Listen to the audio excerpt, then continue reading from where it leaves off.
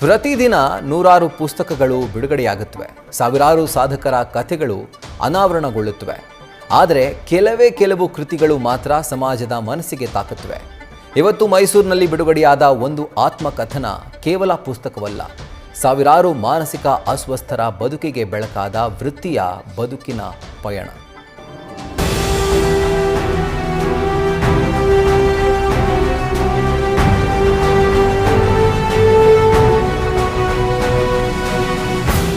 ಮೈಸೂರಿನ ವಿಜಯನಗರದ Jagannath centre for art and culture ಸಭಾಂಗಣದಲ್ಲಿಂದು ವಿಶೇಷ ಕಾರ್ಯಕ್ರಮವೊಂದು ಜರುಗಿತು.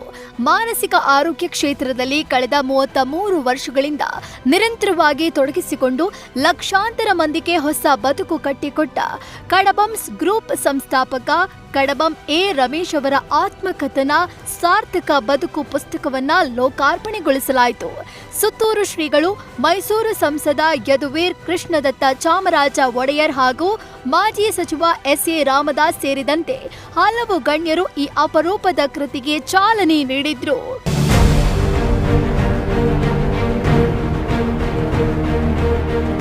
ಈ ಸಾಧನೆಯ ಹಿಂದೆ ಒಂದು ಭಾವುಕ ಕಥೆ ಇದೆ. ಕಡಬಂ ರಮೇಶ್ ಅವರ ಸಹೋದರಿ ಅಮಿತಾ ಅವರು ಬುದ್ಧಿಮಾಂದ್ಯತೆಗೆ ಒಳಗಾಗಿದ್ರು. ಆಕೆಗೆ ಉತ್ತಮ ಚಿಕಿತ್ಸೆ ಮತ್ತು ಪುನರ್ವಸತಿ ಕಲ್ಪಿಸಲು ರಮೇಶ್ ಅವರ ಸಂಸ್ಥೆಗಳನ್ನು ಹುಡುಕಾಡಿದಾಗ ಭಾರತದಲ್ಲಿ ಅಂತಹ ಯಾವುದೇ ವಿಶೇಷ ಕೇಂದ್ರಗಳು ಇರಲಿಲ್ಲ. ತಂಗಿಯ ನೋವನ್ನ ಕಂಡು ಹಪಹಪಿಸಿದ ರಮೇಶ್ ತಮ್ಮ ಮನೆಯಲ್ಲಿಯೇ ತಂಗಿಗಾಗಿ ವಿಶೇಷ ಪುನರ್ವಸತಿ ಕಾರ್ಯ ಆರಂಭಿಸಿದ್ರು.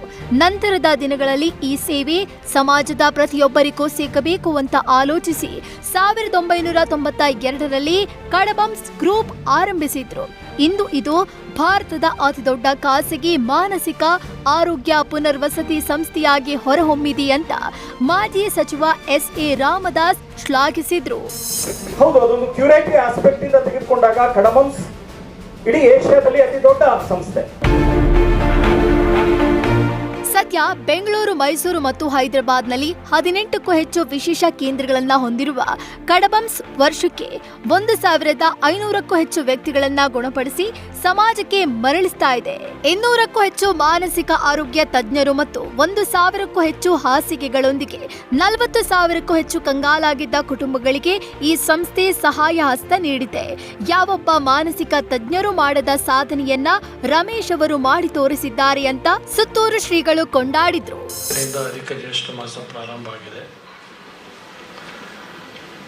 ಅದೇ ರೀತಿ ಅವರ ಜೀವನದಲ್ಲಿ ಅಧಿಕವಾದಂಥ ರೀತಿಯಲ್ಲಿ ಸೇವೆ ಸಲ್ಲಿಸಿರುವಂತಹ ರಮೇಶ್ ಕಡಬಂ ಅವರ ಸಾರ್ಥಕ ಬದುಕು ಕೂಡ ಇವತ್ತು ಲೋಕಾರ್ಪಣೆಯಾಗಿದೆ.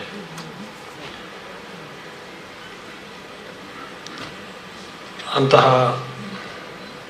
ಸಾರ್ಥಕವಾದಂತಹ ಬದುಕನ್ನು ನಡೆಸಿರುವಂಥ ಕಾರಣಕ್ಕಾಗಿ ಅರ್ಥಪೂರ್ಣಕವಾಗಿ ಆ ಶೀರ್ಷಿಕೆಯಲ್ಲಿ ಸಚಿತ್ರವಾದ ವಿವರಗಳನ್ನು ಒಳಗೊಂಡಂತಹ ಬೃಹತ್ತಾದ ಕೃತಿ ಲೋಕಾರ್ಪಣೆಯಾಗಿದೆ.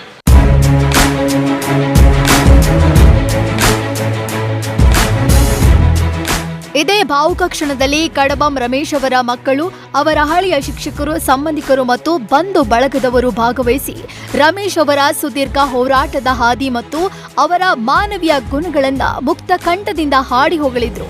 ತಂದೆಯ ಸಾಧನೆಯನ್ನ ನೆನೆದು ಕಡಬಂ ಗ್ರೂಪ್ ನಿರ್ದೇಶಕರಾಗಿರುವ ರಮೇಶ್ ಅವರ ಪುತ್ರ ಹಾಗೂ ರೇಡಿಯಾಲಜಿಸ್ಟ್ ಡಾಕ್ಟರ್ ಆರ್ ಶ್ರೇಯಸ್ ಹೆಮ್ಮೆಯ ಮಾತುಗಳನ್ನಾಡಿದ್ರು. The moment I took up medicine, he quietly started planning, setting up and framing a groundwork of setting up a hospital, ensuring that I have a place to practice on my own. And as soon as years later, I decided to take up radiology. His brilliant mindset started working again. He started connecting with multiple diagnostic centers and radiologists around Bangalore, and connected with one of the leading radiologists in the country, Dr. Pradeep Srinivasan, and framed a network to help me set up the diagnostic centers today. That is who my father is. It is just not about clearing the path. He builds a highway for all of us to run in.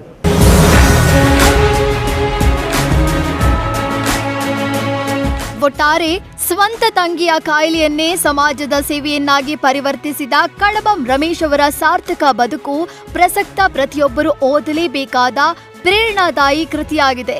ಮೈಸೂರಿನಲ್ಲಿ ನಡೆದ ಈ ಬಿಡುಗಡೆ ಕಾರ್ಯಕ್ರಮ ಎಲ್ಲರ ಮನ ಗೆಲ್ಲುವಲ್ಲಿ ಯಶಸ್ವಿಯಾಯಿತು. Ravi Pandavapura, news first, Mysuru.